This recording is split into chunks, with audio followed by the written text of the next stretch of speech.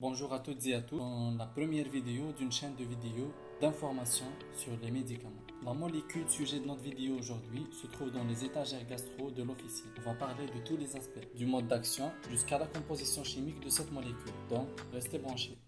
Débridate, sabridate, colostop, trimébutine HUP, trimébutine Bioker, trimébutine B. Tous ces noms commerciaux de la DCI trimébutine. La trimébutine, qui est un antispasmodique musculotrope, ça veut dire qu'elle agit directement sur les fibres musculaires lisses de l'intestin. Mais comment va-t-elle agir exactement? Pour comprendre cela, il faut d'abord revenir à la motricité de l'intestin grêle. Nous savons tous que cette partie du tube digestif dispose de plusieurs fonctions, y compris le mélange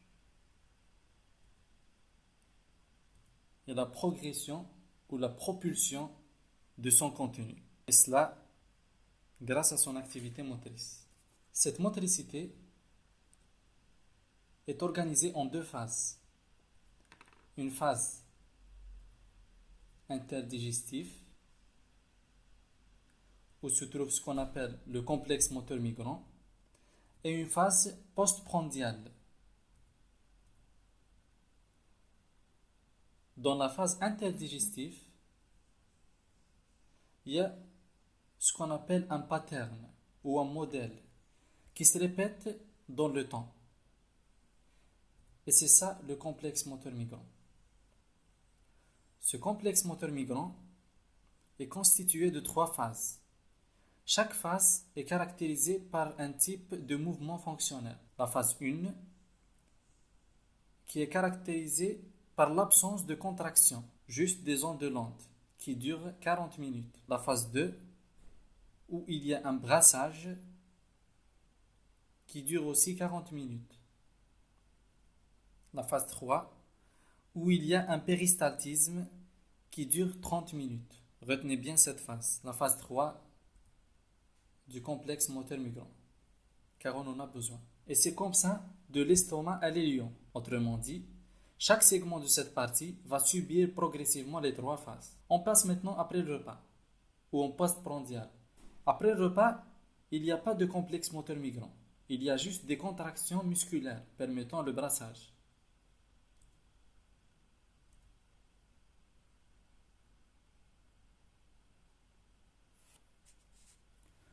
Revenons maintenant à notre molécule, la trimébutine. La trimébutine inhibe les contractions en fonction des concentrations de l'activité contractile préalable. Comment ça?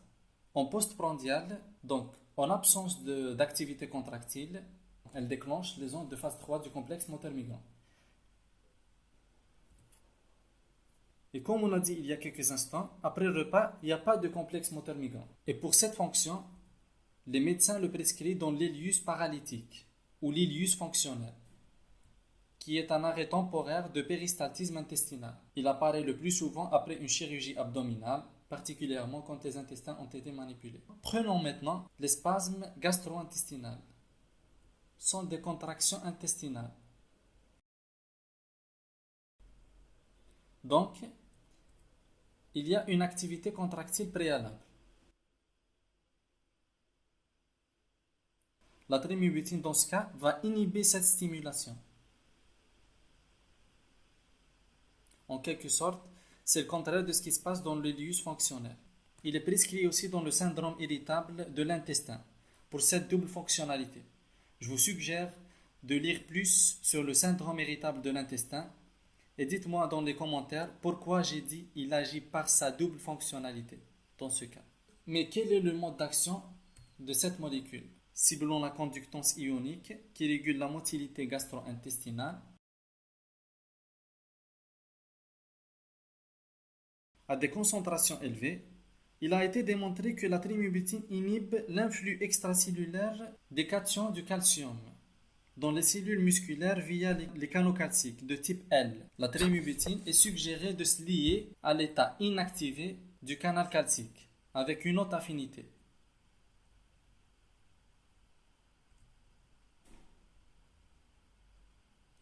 La réduction de l'afflux du calcium atténue la dépolarisation membranaire et diminue le péristaltisme ou les contractions musculaires. Et c'est comme ça agit cette molécule en cas de spasme intestinal. Il inhibe également le courant K+ sortant en réponse à la dépolarisation membranaire des cellules musculaires lisses gastro-intestinales dans les conditions de repos.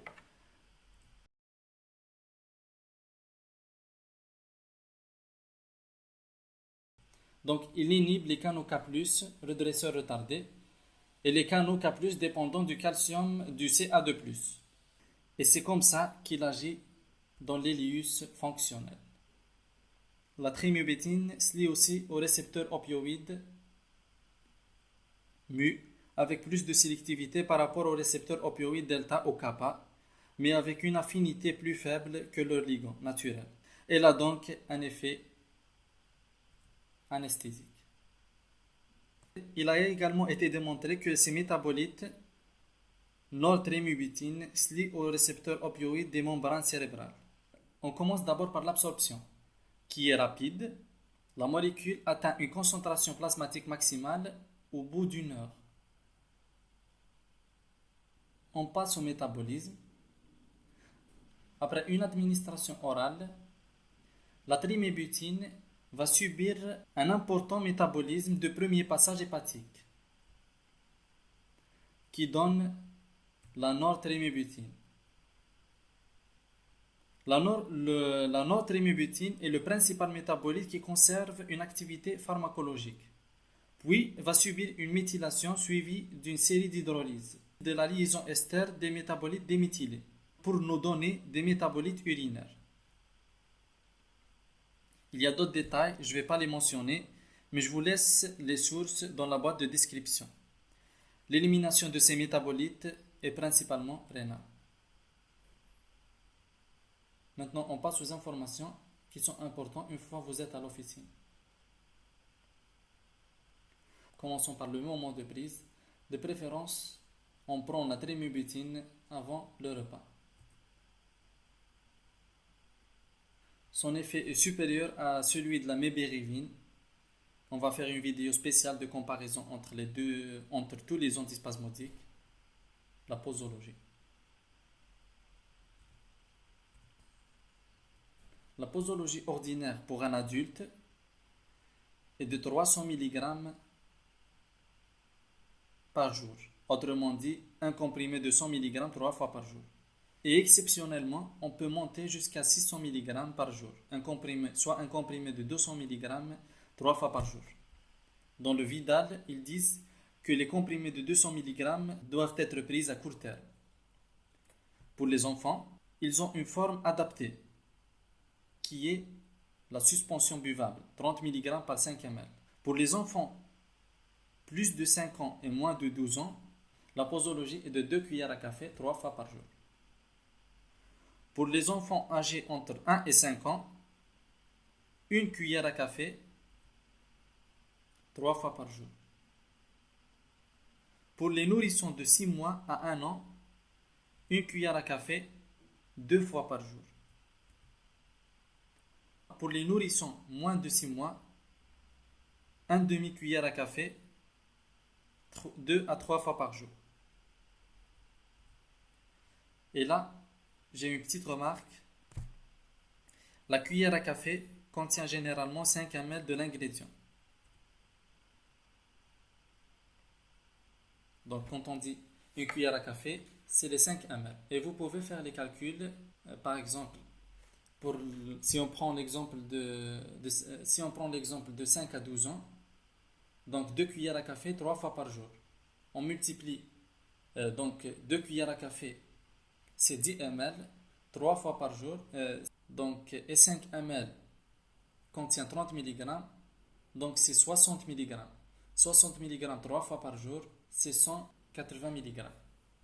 Donc pour un enfant âgé entre 5 et 12 ans, la posologie maximale est de 180 mg. Plusieurs facteurs peuvent entrer en ligne de compte pour déterminer la dose dont une personne a besoin. Son poids, son état de santé, la prise d'autres médicaments, On m'a appris que dans un conseil à l'officine, on conseille le dosage le plus faible. Mais que se passe-t-il aux personnes qui dépassent cette posologie maximale?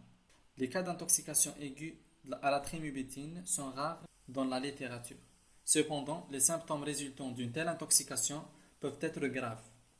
Ce médicament bénéficie d'une image de bénignité.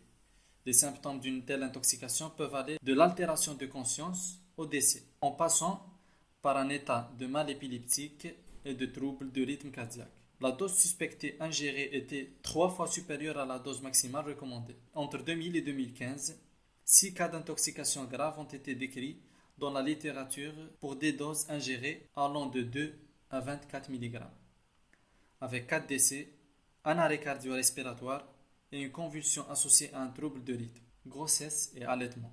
Bien que les études tératologiques n'aient pas montré d'effets indésirables liés aux médicaments, l'utilisation de trimébutine, maliate de trimébutine, chez la femme enceinte reste déconseillée. L'utilisation pédiatrique, malgré qu'ils ont des formes et des dosages adaptés, comme on a mentionné antérieurement, la trimébutine n'est pas recommandée chez les enfants moins de 12 ans. Passons maintenant aux interactions médicamenteuses avec les tuberocurarines. Car la tuberocurarine agit comme un antagoniste compétitif non dépolarisant au niveau des récepteurs nicotiniques de l'acétylcholine sur la plaque motrice de jonction neuromusculaire, provoquant une relaxation du muscle squelettique, donc c'est un antispasmodique lui-même. Il y a aussi d'autres interactions, plus de 1300, mais je ne vois pas de nécessité de les mentionner. On passe maintenant aux formes galéniques de cette molécule.